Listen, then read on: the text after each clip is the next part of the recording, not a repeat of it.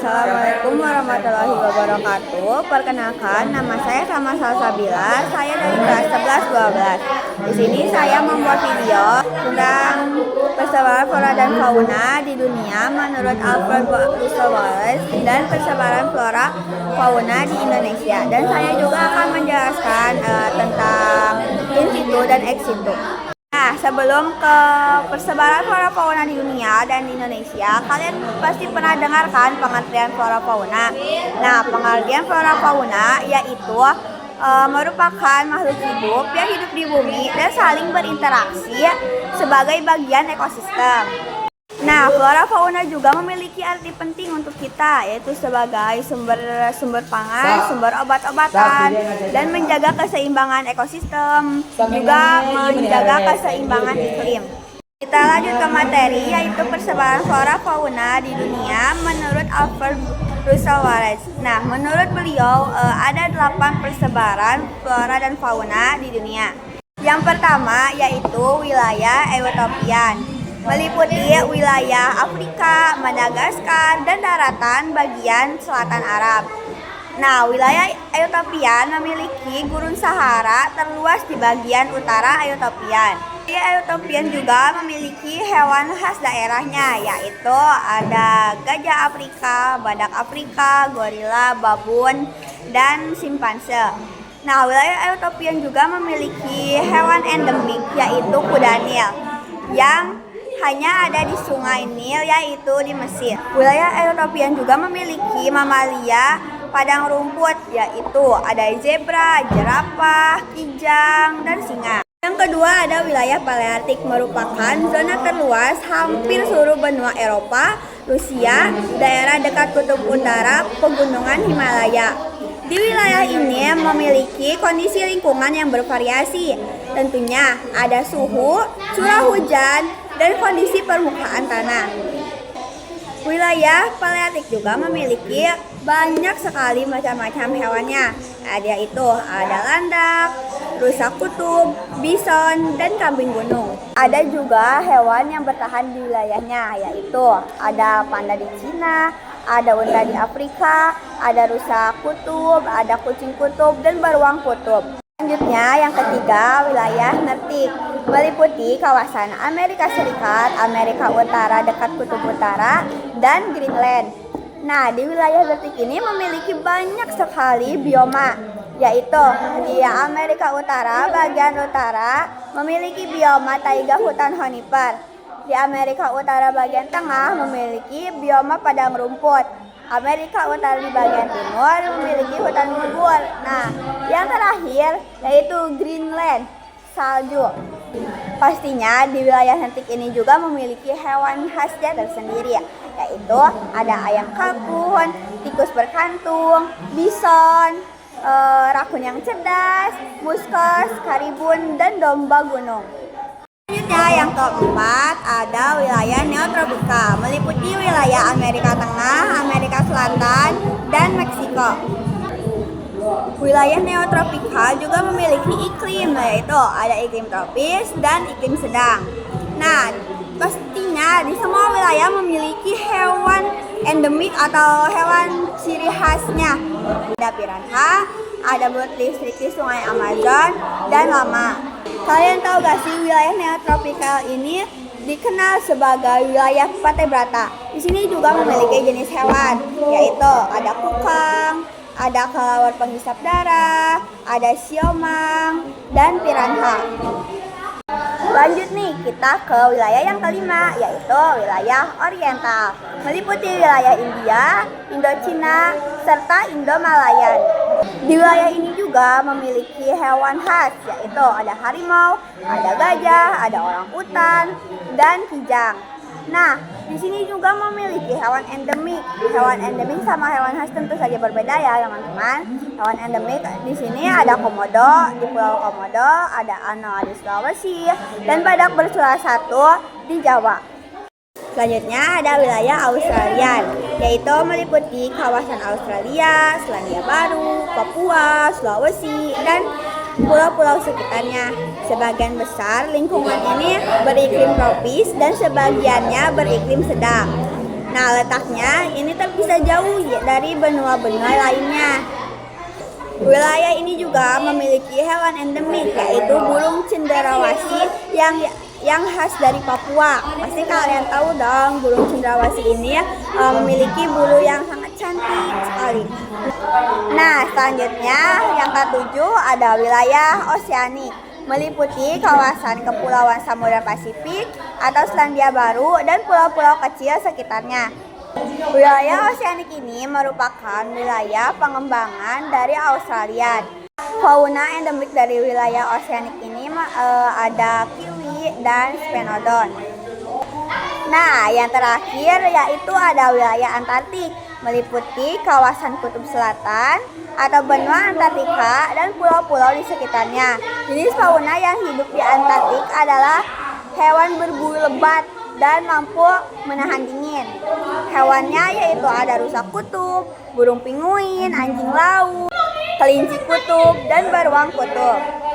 Nah, materi dari persebaran flora fauna di dunia sudah selesai. Kita lanjut ke persebaran flora fauna di Indonesia. Kita lanjut ke persebaran flora dan fauna di Indonesia. Sebelum lanjut nih, kalian pernah dengar gak sih ya garis Wallace sama garis Weber? Di sini saya akan menjelaskan dulu tentang sekilas tentang garis Wallace sama garis Weber. Garis Wallace dibuat oleh Alfred Russel Wallace, seorang pelukis dan geografi dari Inggris. Garis Wallace merupakan garis khayal yang memisahkan fauna Indonesia bagian barat dan Indonesia bagian tengah. Garis Weber dibuat oleh Max Wilhelm Carl Weber, seorang profesor zoologi dari Belanda, yang membuat garis pemisah fauna Australis. Garis Weber adalah garis khayal yang memisahkan persebaran fauna di Indonesia Tengah atau peralihan tengah dengan fauna Indonesia Timur atau Australis. Lanjut ke materi flora di Indonesia, yaitu pertama dari flora Sumatera Kalimantan. Bercorak hujan tropis, rata-rata suhu di sana udara tahunannya senantiasa tinggi. Vegetasi yang mendominasi adalah hutan hujan tropis dengan tanaman heterogen. Beberapa flora khas Sumatera yaitu ada meranti, damar, dan anggrek. Nah, di wilayah pantainya juga memiliki hutan bakau atau mangrove, vegetasi khas pantai tropis. Yang kedua yaitu flora Jawa Bali. Wilayah Jawa Bali membentang dari barat ke timur di selatan ekuator. Nah, wilayah ini memiliki curah hujan lebih basah daripada Jawa bagian timur. Flora endemik dari Jawa Bali yaitu memiliki pohon jati. Yang ketiga yaitu flora Kepulauan Wallace, meliputi pulau-pulau di wilayah Indonesia bagian tengah, yaitu Sulawesi, Nusa Tenggara, Pulau Timur, dan Kepulauan Maluku. Lebih kering dengan kelembapan di udara lebih rendah, kecuali di Maluku. Beberapa vegetasi di wilayah ini, yaitu sabana di Nusa Tenggara, hutan pegunungan di Sulawesi, dan hutan campuran ada di Maluku dengan jenis rempah pula, cengkeh, kayu manis, dan kemari. Nah, yang terakhir yaitu ada flora Papua, meliputi Papua, iklim hujan tropis. Di vegetasinya ada hutan hujan tropis. Di Papua ini memiliki flora khas yaitu eukaliptus yang kalau di Indonesia bisa dibuat untuk minyak kayu putih untuk menghangatkan badan dan lain-lain. Kita lanjut ke materi selanjutnya yaitu fauna, wilayah fauna di Indonesia. Yang pertama ada wilayah fauna Indonesia Barat, meliputi Pulau Sumatera, Jawa, Bali, Kalimantan, serta pulau-pulau kecil. Region fauna ini disebut wilayah fauna Dangkalan Sunda. Alianya ada gajah, badak bercula satu, tapir, rusa, banteng, dan kerbau. Untuk hewan-hewan airnya yaitu ada ikan air tawar, pesut, atau lumba-lumba sungai Mahakam. Kalian pernah lihat Kalian pasti pernah lihat lumba-lumba di Sungai Mahakam itu sangatlah banyak populasinya. Kedua yaitu wilayah fauna Indonesia di bagian tengah, meliputi Pulau Sulawesi serta pulau-pulau kecil di sekitarnya, yaitu Nusa Tenggara, Pulau Timur, dan Maluku. Fauna endemik di wilayah Indonesia bagian tengah yaitu anoa dan komodo. Di wilayah Indonesia bagian tengah ini memiliki amfibi, yaitu ada katak air, katak terbang, katak pohon. Juga ada berbanyak macam burung, yaitu ada burung dewata, burung maleo, mandar, raja udang, dan kakatua. Yang ketiga yaitu wilayah fauna Indonesia di bagian timur atau bisa disebut dangkalan sahul, meliputi Pulau Papua dan pulau-pulau sekitarnya. Nah, wilayah ini memiliki kesamaan dengan fauna bagian Australia. Memiliki hewan reptil seperti buaya, kura-kura, kadal, ular, dan biawak. Di wilayah ini juga memiliki macam-macam burung. Ada burung nuri, burung cendrawasih, burung kasuari, dan burung kiwi. Lanjut ke faktor-faktor sebaran flora fauna di Indonesia. Nah, faktor yang pertama yaitu bisa dari iklim. Tentunya bisa dari suhu udara, kelembapan, angin, sinar matahari, curah hujan, dan lain-lain. Faktor-faktornya juga bisa dari fisiografis. Apa sih fisiografis? Yaitu faktor ketinggian tempat dan bentang lahan suatu wilayah. Contohnya dari ketinggian, kemiringan, atau tingkat erosi tanah. Saya akan menjelaskan tentang faktor-faktor persebaran flora fauna dengan menggunakan piramida seperti ini.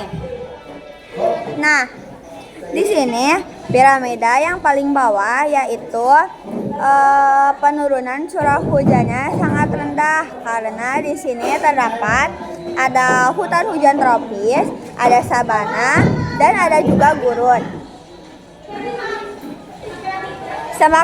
Semakin naik kenaikan garis lintang, maka ada penurunan suhu. Di sini terdapat hutan hujan temperata, hutan gugur stepa, dan semak belukar. Semakin ke atas yaitu semakin suhunya semakin dingin, seperti di kutub terdapat ada taiga dan tundra. Yang terakhir kita akan membahas tentang in situ dan ex situ beserta contoh-contohnya. Pertama, kita akan menjelaskan tentang in situ terlebih dahulu. Kalian pernah dengar kan tentang in situ? Pasti kalian pernah dengar dong tentang in situ karena sudah tidak asing lagi bagi kita. Nah, in situ yaitu upaya pelestarian keanekaragaman hayati yang dilakukan langsung di habitat asli flora dan fauna tersebut. Nah, untuk contoh dari in situ ada cagar alam, ada taman nasional, ada hutan lindung. Selanjutnya yaitu ada ex situ. Ex situ yaitu upaya pelestarian keanekaragaman hayati yang dilakukan di luar habitat asli flora dan fauna. Nah, contoh dari ex situ yaitu ada taman hutan raya, ada kebun binatang, ada taman safari. Nah, kalian sudah tahu kan apa perbedaan in situ dan ex situ? Sekian dari saya, mohon maaf bila ada kesalahan atau kata yang kurang berkenan. Wassalamualaikum warahmatullahi wabarakatuh.